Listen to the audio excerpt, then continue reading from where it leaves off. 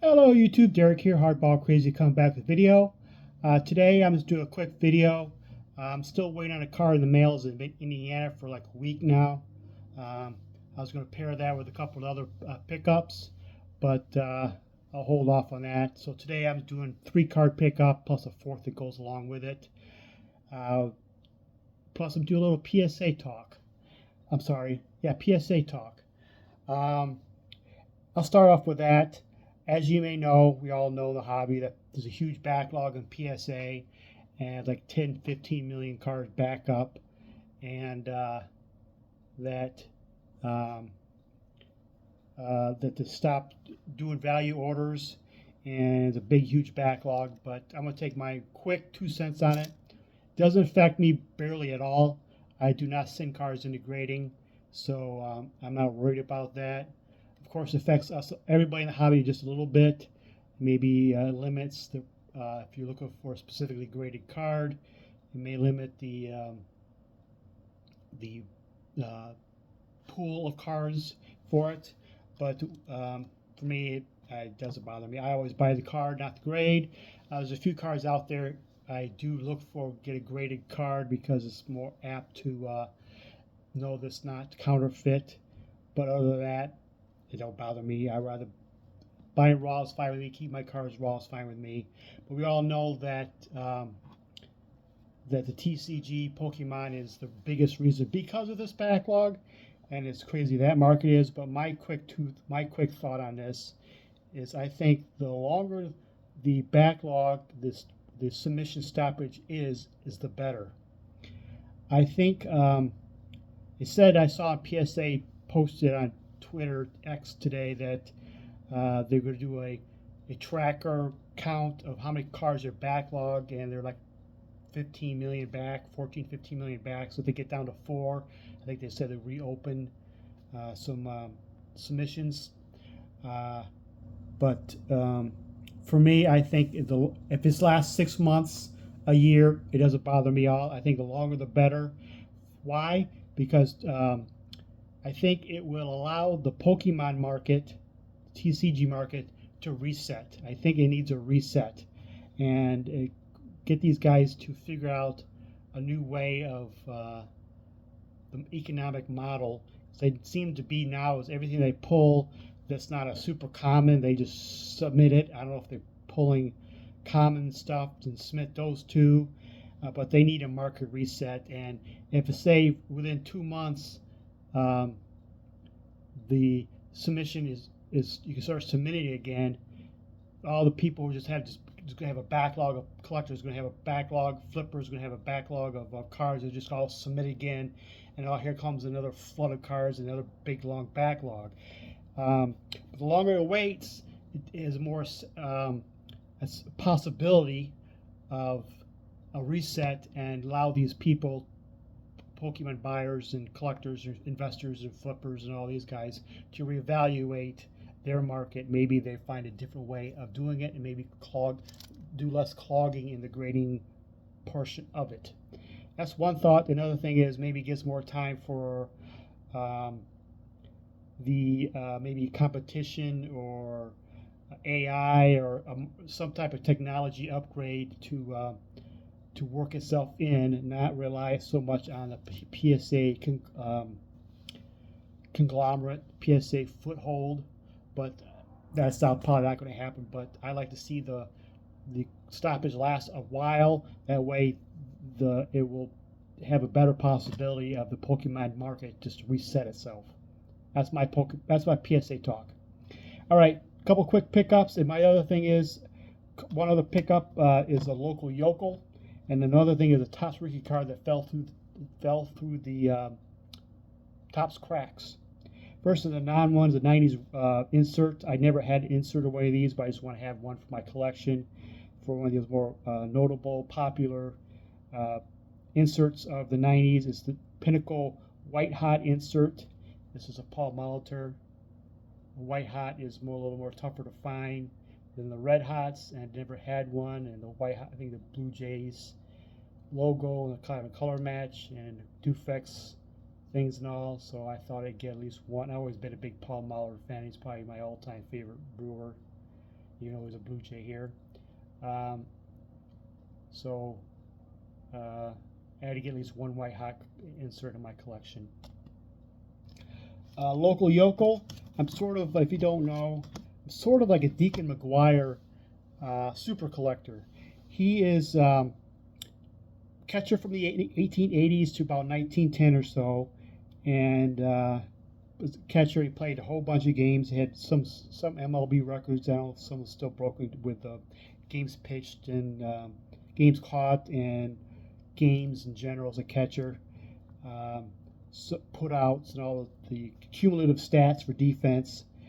He's up there in the record holders. Not a Hall of Famer, but he is. He and his brother owned a bar saloon in my small town way back in the day that I grew up in. In my small town, we don't produce much athletes, and so that's a big thing. And he passed away with no kids, and so I never went to school with any McGuires. And he lived at Duck Lake, which I have visited a couple times as a youth, and golfed at the golf course there, which is, by the way, the hilliest golf course I've ever played in my life. And Deacon McGuire is buried literally yards away from the rest of my family, so I kind of become a Deacon McGuire super collector. There's like only 2 cards of him that's really attainable and affordable, maybe a third or so. After a couple of years, I bought this one, found the Sporting Life card. I got it a couple years ago. It took me a little bit to find it. Popped up on eBay, bought it instantly. So this is my first Deacon McGuire card. The only other card that's really attainable and cheap is got this in the mail yesterday, is 1906 Fan Craze, and got this one. Really, really good price. Perils of being at work at 4 a.m. is that auctions ending at night. You can't stay up to watch the auction ends and get the last bidders, but I put a bid on it, and surprisingly I won it at such a lower price, much lower than my top bid in. So I now have 2 Deacon McGuires in my collection. The only other ones that I might have a possibility to get is an Old Judge card of them. I don't have any Old Judge, but I might actually search for one, see what the prices are on those. But I am sort of a Deacon McGuire super collector, and I think I got both of the most attainable, easiest base cards, playing days cards of them I can get. And the rest of his stuff is super hard to find. Bryce Williams and cabinet cards and so forth. You're never going to find them. If you find them, it's probably a pretty penny. So I might maybe look for an Old Judge card. Just get one Old Judge card in my collection, add to my McGuire collection. And the last one, a rookie card that fell through the Topps cracks. So this guy's become one of the top pitchers in Major League Baseball and made headlines this past week. Christopher Sanchez, and he is now the record holder of the longest scoreless streak by a left-handed pitcher. He fell like 9 innings short of Orel Hershiser's record, and his is 50 innings, 50 1/3 or something like that. And so I was looking for Jonathan Sanchez rookie cards. I had no idea what it is. So I went on TCDB and find out what his cards are.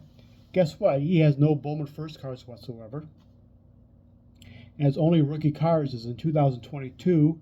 His only base rookie card in 2022 is Panini Prism. So I picked up this White Wave rookie parallel.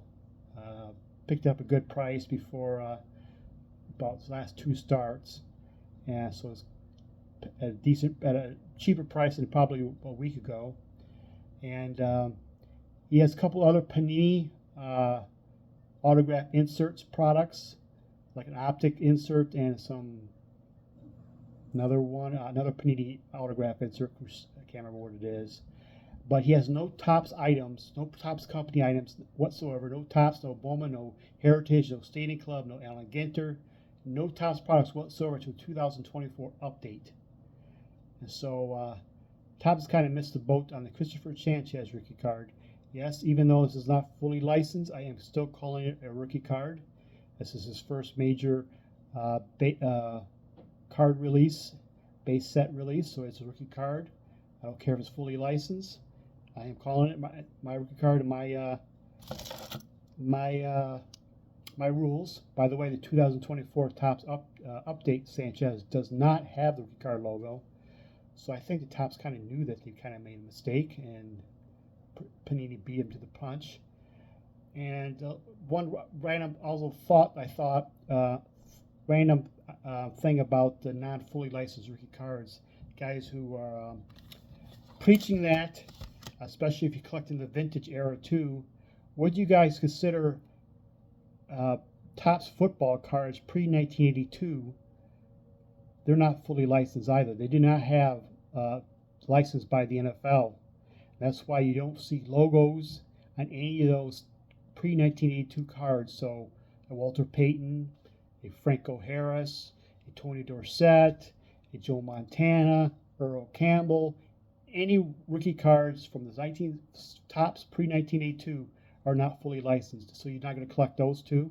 And some early basketball ones are not fully licensed too. That's why some of the late 60s, early 70s have their jerseys on backwards. They have like Jerry West has, instead of his Lakers, has West. So they had their jerseys on backwards, so they couldn't have a license for the trademark for the Lakers. So that's my little quick 2 cents there too. My Christopher Sanchez rookie card Panini Prism. Thank you for watching. We talked long enough. Have a good night.